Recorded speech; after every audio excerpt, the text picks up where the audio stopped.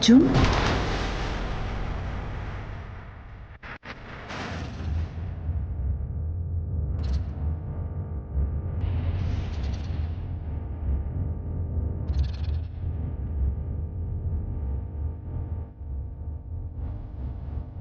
ಕುಡಿಯೋಕೆ ನೀರ್ ಬೇಕು ಅಂತ ಕೇಳಿ ಹಾಗೆ ಹೋಗ್ತಿದ್ಯಲ್ಲ ತಮ್ಮ.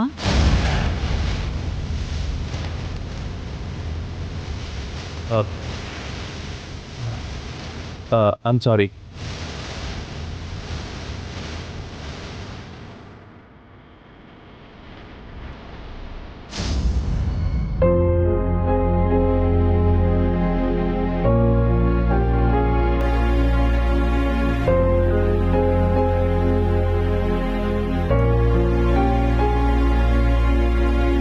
Thank you.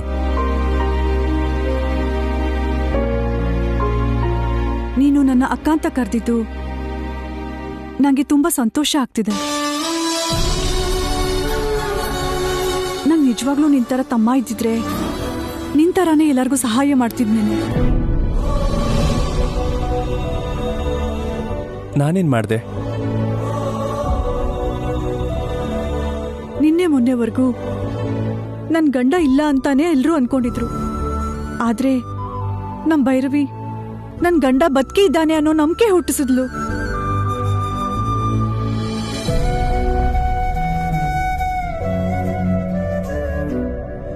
ನಾನು ಸೌಭಾಗ್ಯವತಿನಿ ಅನ್ನೋ ಆಸೆನ ಚಿಗ್ರಿಸಿದ್ಲು. ನನ್ ಗಂಡ ಎಲ್ಲಿದ್ದಾರೋ, ಏನಾಗೋದ್ರು, ಯಾಕೆ ಮನೆಗ್ ಬಂದಿಲ್ಲ ಅಂತ ಭೈರವಿ ಪ್ರತಿ ಕ್ಷಣನೂ ಯೋಚನೆ ಮಾಡ್ತಿರ್ತಾಳೆ. ನನ್ ಗಂಡನ್ ಕರ್ಕೊಂಡ್ ಬರ್ಬೇಕು ಅಂತ ಪ್ರತಿ ಕ್ಷಣನೂ ಪ್ರಯತ್ನಿಸ್ತಿರ್ತಾಳೆ.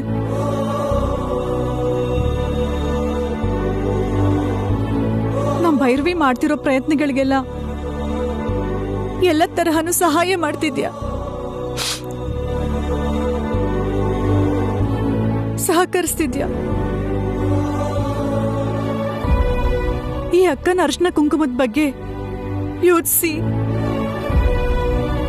ನನ್ ಕಣ್ಣೀರನ್ನ ಹೊರಿಸ್ಬೇಕು ಅನ್ಕೊಂತಿದ್ಯಾ. ನಿನ್ ಋಣನ ಹೇಗ್ ತೀರಿಸ್ಲಿ ಅರ್ಜುನ್?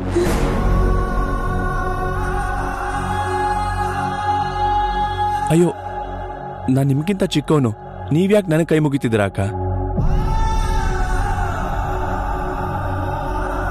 ಒಳ್ಳೇದ್ ಮಾಡೋರು ಎಲ್ರು ದೇವ್ರಿಗೆ ಸಮಾನ. ಕೈ ಮುಗಿಯೋ ತಪ್ಪಲ್ಲ ಅರ್ಜುನ್.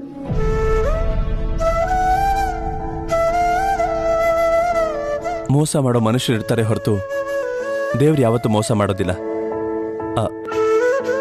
ಆ ದೇವ್ರು ನಿಮಗೆ ಖಂಡಿತವಾಗ್ಲೂ ಒಳ್ಳೇದೇ ಮಾಡ್ತಾರೆ, ಅದು ನನ್ನ ನಂಬಿಕೆ.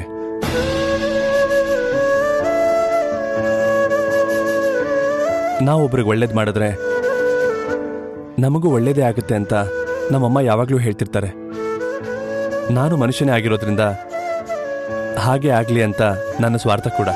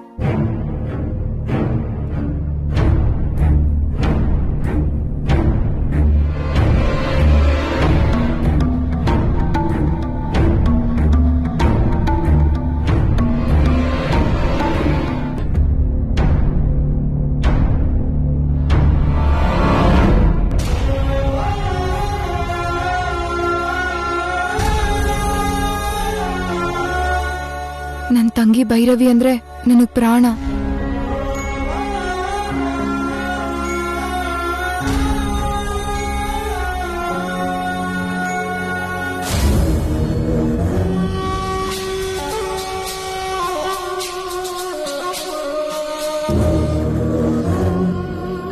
ಎಷ್ಟೋ ಕಷ್ಟ ನಷ್ಟಗಳ ನಂತರ ನಾನೊಂದು ವಿಷಯ ತಿಳ್ಕೊಂಡಿದ್ದೀನಿ. ನಾನು ತಿಳ್ಕೊಂಡಿರೋ ವಿಷಯನ ಯಾರಿಗೂ ಹೇಳಕ್ಕಾಗಲ್ಲ, ಹೇಳ್ದೇನೂ ಇರೋಕ್ಕಾಗಲ್ಲ.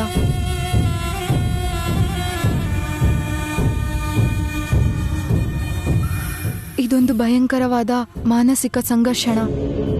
ಈ ಮಾನಸಿಕ ಸಂಘರ್ಷಣ ಸಹಿಸ್ಕೊಳ್ಳೋಕೆ ನನ್ನ ಹತ್ರ ಆಗ್ತಾ ಇಲ್ಲ. ನಾನು ಈ ಸಂಕಟನ ಭೈರವಿಗೆ ಹೇಳಬೇಕು ಅಂತ ಎಷ್ಟೋ ಸಲ ಅನ್ಕೊಂಡೆ.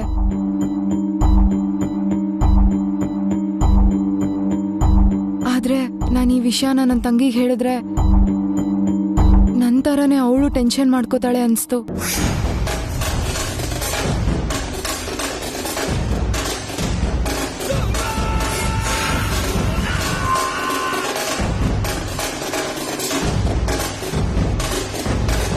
ನನ್ನ ತಂಗಿಗೆ ಬೇಜಾರಾಗೋದನ್ನ ನಾನು ಸಹಿಸ್ಕೊಳ್ಳಲ್ಲ. ಬೆಳಗಾದ್ರೆ ನನ್ನ ತಂಗಿ ಅಮೆರಿಕಾಗ್ ಹೊರಟೋಗ್ತಾಳೆ. ನಾನಿರೋ ಒತ್ತಡದಲ್ಲಿ ಅವಳ ಹತ್ರ ಪ್ರೀತಿಯಿಂದ ಮಾತಾಡೋಕ್ಕೂ ಆಗ್ತಾ ಇಲ್ಲ. ನನ್ನ ಸಂಕಟನ ಅವಳ ಹತ್ರ ಹೇಳ್ಕೊಳಕ್ಕಾಗ್ದೆ ಕೋಪ ಮಾಡ್ಕೊಂಡೆ. ನಾನು ಹೀಗೆ ಆಡಿದಕ್ಕೆ ನನ್ನ ತಂಗಿ ತುಂಬಾ ಬೇಜಾರು ಮಾಡ್ಕೊಂಡ್ಲು.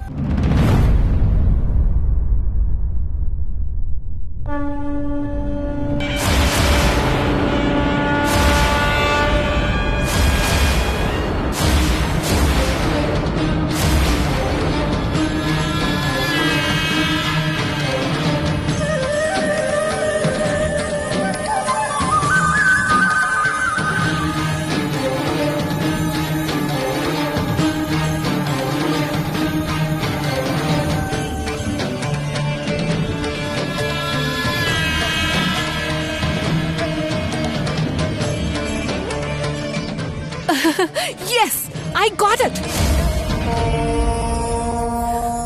ಅರ್ಜುನ್ ಇದೆ. ಕರೆಕ್ಟಾಗಿ ನೋಡಿ ಹೇಳಿ. ಅವತ್ ನಿಮ್ಮ ಅಣ್ಣ ಮನೆಗೆ ತಗೊಂಡ್ ಬಂದಿದ್ದು ನೀವು ನೋಡಿದ್ದು ಇದೇನಾ? ನನಗ್ ಚೆನ್ನಾಗಿ ನೆನ್ಪಿದೆ. ಇದೆ.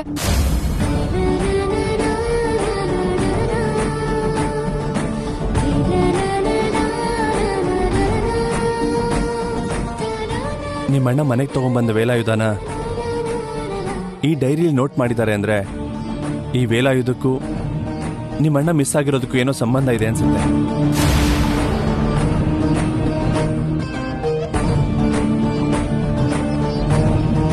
ಅಂದ್ಕೊಳ್ಳೋದಲ್ಲ, ನನ್ನ ಗೆಸ್ ಸರಿಯಾಗಿದ್ರೆ ಈ ವೇಲಾಯುಧದ ಬಗ್ಗೆ ತಿಳ್ಕೊಂಡ್ರೆ ನಿಮ್ಮ ಅಣ್ಣನ ಬಗ್ಗೆ ಗೊತ್ತಾಗುತ್ತೆ. ಹೌದಾ? Yes, I hope so.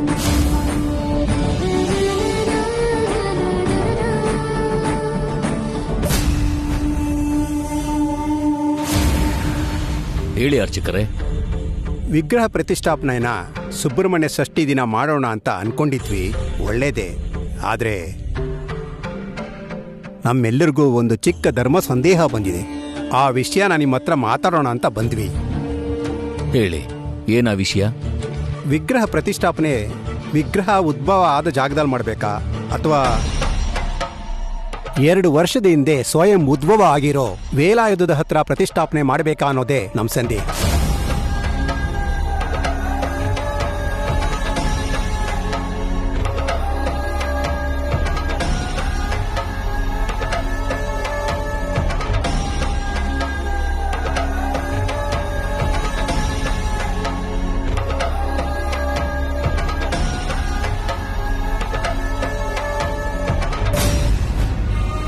ಪ್ರತಿಷ್ಠಾಪನೆ ಎಲ್ಲಿ ನಡೆದ್ರೂ ತೊಂದರೆ ಇಲ್ಲ. ಅಷ್ಟಕ್ಕೂ ವಿಗ್ರಹ ಒಂದ್ ಕಡೆ, ಆ ವೇಲಾಯುಧ ಇನ್ನೊಂದ್ ಕಡೆ ಇರೋದು ಯಾಕಂತ ನನಗೂ ಅನಿಸ್ತಾ ಇದೆ. ಸ್ವಯಂ ಉದ್ಭವ ಆಗಿರೋ ವೇಲಾಯುಧದ ಹತ್ರನೇ ಈ ವಿಗ್ರಹನೂ ಪ್ರತಿಷ್ಠಾಪನೆ ಮಾಡಿದ್ರೆ ಚೆನ್ನಾಗಿರುತ್ತೆ ಅಲ್ವಾ?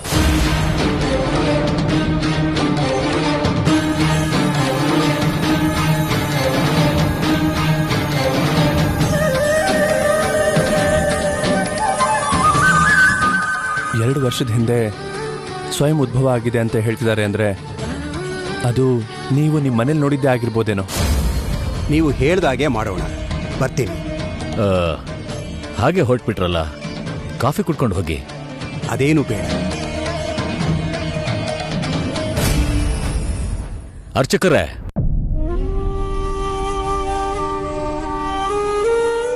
ವಿಗ್ರಹನ ವೇಲಾಯುಧದ ಹತ್ರ ಪ್ರತಿಷ್ಠಾಪನೆ ಮಾಡೋಣ ಅಂತಿದ್ದ ಹಾಗೆ ನೀವ್ಯಾಕೆ ಒಂಥರ ಬದಲಾದ್ರಿ ಅಂತ ನನಗೆ ಗೊತ್ತು.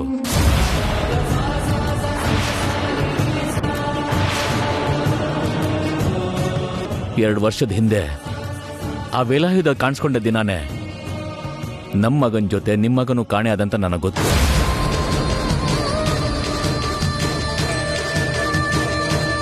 ನಿಮ್ಮ ಸಂಕಟನ ನಾನು ಅರ್ಥ ಮಾಡ್ಕೋಬಲ್ಲೆ. ಬರ್ತೀನಿ ಸ್ವಾಮಿ.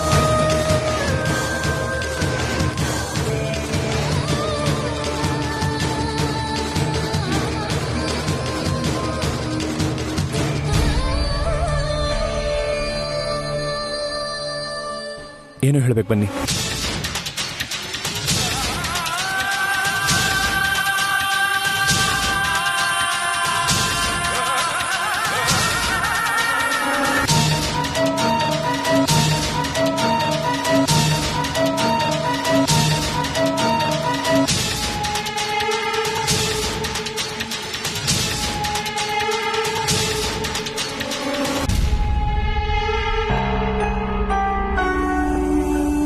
ಅಜ್ಜಿ ಅಜ್ಜಿ ಏನೇ ನೀರ್ ಬೇಕಾ?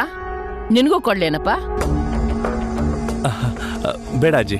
ನೀರ್ಗೋಸ್ಕರ ಅಲ್ಲ ಅಜ್ಜಿ, ಅರ್ಚಕರು ಅಪ್ಪ ಇಬ್ರು ಸೇರಿ ಅದೇನೋ ವೇಲಾಯುಧದ ಬಗ್ಗೆ ಮಾತಾಡ್ಕೊಂಡ್ರು. ಅದೆಲ್ಲಿದೆ?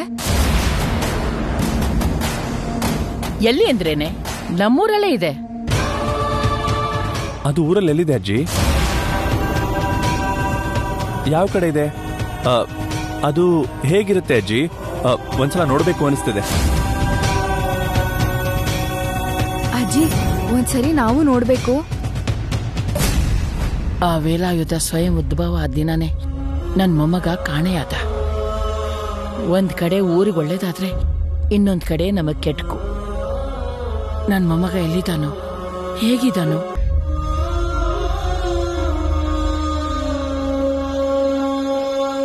ಅಜ್ಜಿ ಏನಾಯ್ತು? ವಿಗ್ರಹ ಪ್ರತಿಷ್ಠಾಪನೆ ಮಾಡುವಾಗ ಬರ್ತಿರಲ್ಲ, ಆಗ್ಲೇ ನೋಡ್ತಿರಂತೆ. ಅರ್ಜೆಂಟ್ ಏನಿದೆ? ನಂಗೆ ಈಗ್ಲೇ ಆ ವೇಲಾಯುಧ ನೋಡ್ಬೇಕು ಅನ್ಸ್ತದೆ. ಬಾ ಅಜ್ಜಿ. ಇರಮ್ಮ, ಈಗ್ಲೇ ನೋಡ್ಬೇಕು ಅನ್ನೋ ಆತ್ರ ಯಾಕೆ ನಿನಗೆ? ಆ ವೇಲಾಯುಧ ನೋಡಿ ಮಾಡೋದೇನಿದೆ ನಿಂಗೆ?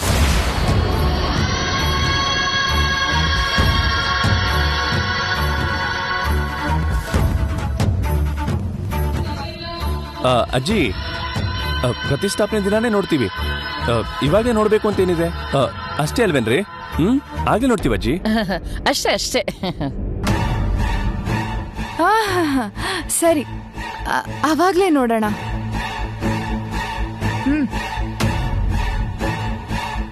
ಸರಿ ಅಜ್ಜಿ, ನೀವು ಮುಂದುವರಿಸಿ. ಹಾಗೇನಪ್ಪ, ಸರಿ ಹೋಗ್ಬಾ.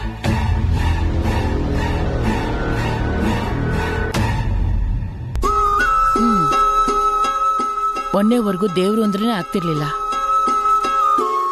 ಇವತ್ತು ಭಕ್ತಿ ಬಂದಿದೆ ಅಂದ್ರೆ ಏನರ್ಥ?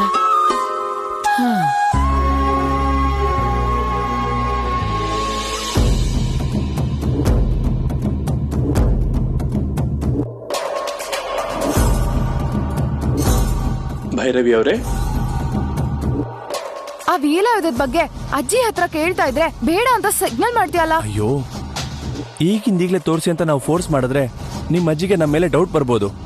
ಅದಕ್ಕೆ ಬೇಡ ಅಂದೆ. ಕರೆಕ್ಟೇ, ಆದ್ರೆ ವಿಗ್ರಹ ಪ್ರತಿಷ್ಠಾಪನೆವರೆಗೂ ಕಾದ್ರೆ ಜನ ಎಲ್ರೂ ಇರ್ತಾರೆ. ಆಗ ಅದ್ರ ಬಗ್ಗೆ ತಿಳ್ಕೊಳ್ಳೋದು ನಮಗ್ ಸಾಧ್ಯ ಆಗದೆ ಇರ್ಬೋದು. ಅದು ನಿಜಾನೇ. ಹಾ, ಒಂದ್ ಕೆಲ್ಸ ಮಾಡಿದ್ರೆ, ಸ್ವಯಂ ಉದ್ಭವ ಆಗಿದೆ ಅಂತ ಊರಲ್ಲಿರೋರೆಲ್ಲ 2 ವರ್ಷದಿಂದ ಪೂಜೆ ಮಾಡಿದ್ದಾರೆ ಅಂತ ಕೇಳ್ತಾ ಇದೀವಿ. ಅಂದ್ರೆ ಊರಲ್ಲಿರೋ ಎಲ್ರಿಗೂ ಆ ವೇಲಾಯುಧ ಎಲ್ಲಿದೆ ಅಂತ ಗೊತ್ತಿರುತ್ತೆ. ಊರೊಳಗಡೆ ಹೋಗಿ ಯಾರನ್ನಾದ್ರೂ ಕೇಳಿದ್ರೆ ಹೇಳ್ತಾರಲ್ವಾ?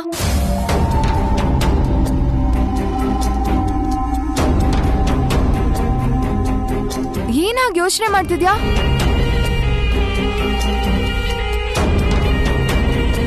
ನಿಮ್ ಫ್ಯಾಮಿಲಿ ಬಗ್ಗೆ ಊರಲ್ಲಿ ಎಲ್ರಿಗೂ ಗೊತ್ತು. ಆ ವೇಲಾಯುಧದ ಬಗ್ಗೆ ನಾವು ಕೇಳ್ತಿದ್ವಿ ಅಂತ ನಿಮ್ ಮನೆಯವ್ರಿಗೆ ಯಾರಾದ್ರೂ ಹೇಳಿದ್ರೆ ಆಗ ನಿಮ್ ಮನೆಯವ್ರಿಗೆ ನಿಮ್ಮ ಮೇಲೆ ಅನುಮಾನ ಬರ್ಬೋದು.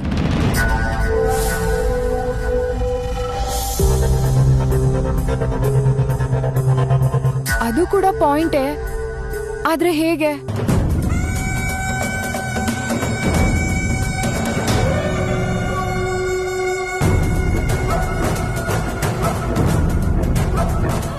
ನಾವ್ ಹೇಗಾದ್ರೂ ಅದ್ ಎಲ್ಲಿದ್ಯೋ ಅಂತ ತಿಳ್ಕೋಬೇಕು. ಏನ್ ಮಾಡೋದು ಅರ್ಜುನ್? ಈ ಊರಿಗೆ ಅಂತಲ್ಲ, ಯಾವುದೇ ಊರಿಗಾದ್ರೂ 4 ದಿಕ್ಕಿರುತ್ತೆ. ನಾವ್ ತಿಳ್ಕೋಬೇಕು ಅನ್ನೋ ಮ್ಯಾಟ್ರಿಗೂ ಈ ದಿಕ್ಕಿಗೂ ಏನಾದ್ರೂ ಸಂಬಂಧ ಇದ್ಯಾ? ಅರೆ ಅದ್ ಹಾಗಲ್ಲ ರೀ. ಯಾವ ಊರಲ್ಲಾದ್ರೂ ಉತ್ತರ ದಿಕ್ಕಿಗೆ ಸ್ಮಶಾನ ಇರೋದ್ರಿಂದ ಎಲ್ರೂ ಪೂಜಿಸ್ತಿರೋ ಆ ವೇಲಾಯುಧ ಉತ್ತರ ದಿಕ್ಕಲ್ಲಿರೋಕೆ ಚಾನ್ಸ್ ಇಲ್ಲ.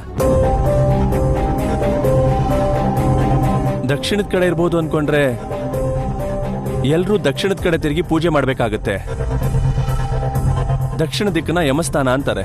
ಆ ಯಮಸ್ಥಾನದ ಕಡೆ ಯಾರು ಪೂಜೆ ಮಾಡದಿರೋದ್ರಿಂದ ದಕ್ಷಿಣ ದಿಕ್ಕಲ್ಲಿರೋ ಚಾನ್ಸ್ ಕೂಡ ಇಲ್ಲ. ಅಂದ್ರೆ ದಕ್ಷಿಣ ದಿಕ್ಕಲ್ಲಿ ದೇವ್ರು ವಿಗ್ರಹನ ಇಡಲ್ವಾ? ಶಿವಲಿಂಗನ ಯಾವ ಕಡೆಯಿಂದ ಪೂಜೆ ಮಾಡಿದ್ರೂ ತಪ್ಪಿಲ್ಲ ಅಂತಾರೆ. ಅದಕ್ಕೆ ಶಿವಲಿಂಗನ್ ಮಾತ್ರ ಇಡ್ತಾರೆ. ಹೌದಾ? ಹ, ದಕ್ಷಿಣ ಮುಖವಾಗಿ ಆ ಮಹಾಶಿವನ ಪೂಜಿಸಿದ್ರೆ ಆ ಯಮ ನಮ್ಮ ಹತ್ರ ಬರ್ದಿರೋ ಹಾಗೆ ದೇವ್ರು ಅಡ್ಡ ನಿಲ್ತಾನೆ ಅನ್ನೋದು ಜನರ ನಂಬಿಕೆ.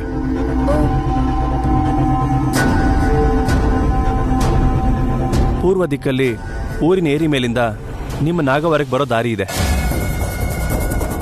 ನಾವೆಲ್ಲರೂ ಓಡಾಡೋದು ಅದೇ ದಾರಿಲೇ. ಆ ದಾರಿಲಿ ನಮ್ಗೆ ಯಾವತ್ತೂ ಕಾಣಿಸ್ಲಿಲ್ಲ ಅಂದ್ರೆ ಅದು ಪೂರ್ವ ದಿಕ್ಕಲ್ಲೂ ಇಲ್ಲ ಅಂತಾನೆ. ಇನ್ನು ಫೈನಲ್ ಆಗಿ ಉಳಿದಿರೋದು ಪಶ್ಚಿಮ ದಿಕ್ಕೊಂದೆ. ನನ್ನ ಅಂದಾಜಿನ ಪ್ರಕಾರ 100% ಪಶ್ಚಿಮ ದಿಕ್ಕಲ್ಲೇ ಇರುತ್ತೆ. ಎಸ್ ಕಣ್ರಿ, it's confirm. Wow, brilliant, good analysis, super.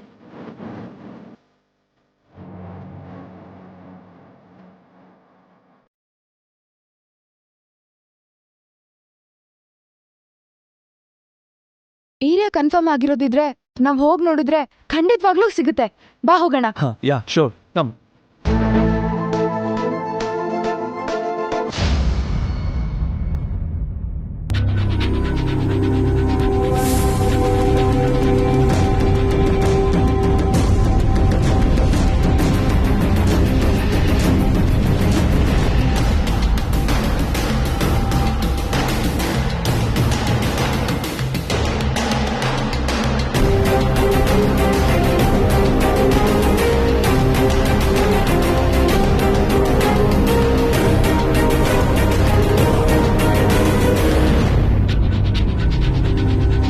Arjun, ನಾವ್ ಕರೆಕ್ಟ್ ಆಗಿರೋ ಪ್ಲೇಸಿಗೆ ಬಂದಿದೀವಾ?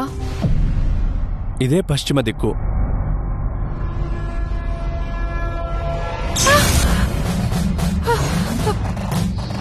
ಏನಾಯ್ತು? ಅದು ಕಾಲು.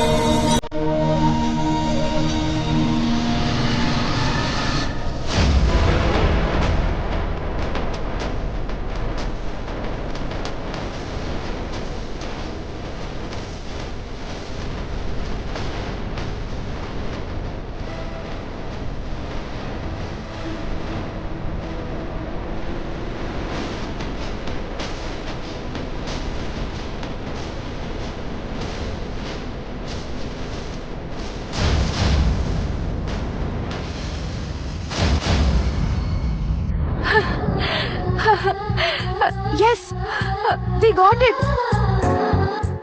ನೀನ್ ಹೇಳಿದೆ ನಿಜ ಆಯ್ತು. Super thinking. You are really brilliant.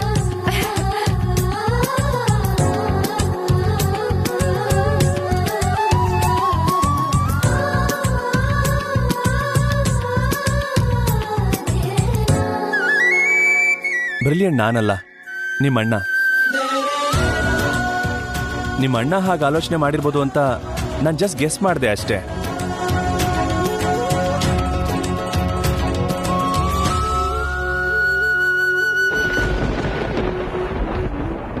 ನಿಮ್ಮ ಅಣ್ಣನೇ ಈ ವೇಲಾಯುಧನ ಇಲ್ಲಿ ಪ್ರತಿಷ್ಠಾಪನೆ ಮಾಡಿರ್ಬೇಕು. ವಾಟ್? ಎಸ್, ನಿಮ್ಮ ಅಣ್ಣನೇ ಇಲ್ಲಿ ಇಟ್ಟಿದ್ದಾರೆ ಅನ್ನೋದು ನನ್ನ ಅನುಮಾನ.